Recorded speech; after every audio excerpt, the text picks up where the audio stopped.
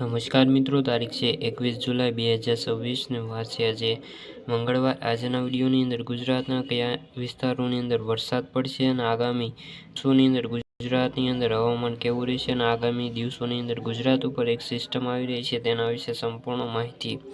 આજના આ વિડીયોની અંદર વાત કરીશું। તે પહેલાં દરેક મિત્રોને ખાસ નંબર વિનંતી કે ચેનલ ઉપર જે મિત્રો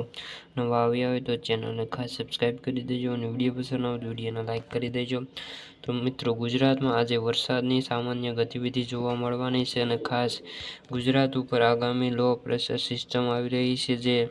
આ વિસ્તારો ઉપરથી વધારે પસાર થઈ અને ગુજરાતના આ વિસ્તારોની અંદર જે વરસાદની ગતિવિધિ વધારે જોવા મળવાની હાલ તો શક્યતાઓ છે,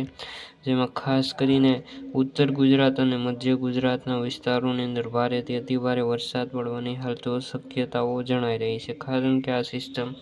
ત્યાંથી પસાર થવાની છે અને આ તમામ જિલ્લાઓની અંદર ભારેથી અતિભારે વરસાદ પડવાની હાલ તો શક્યતાઓ રહેલી છે। ખાસ કરીને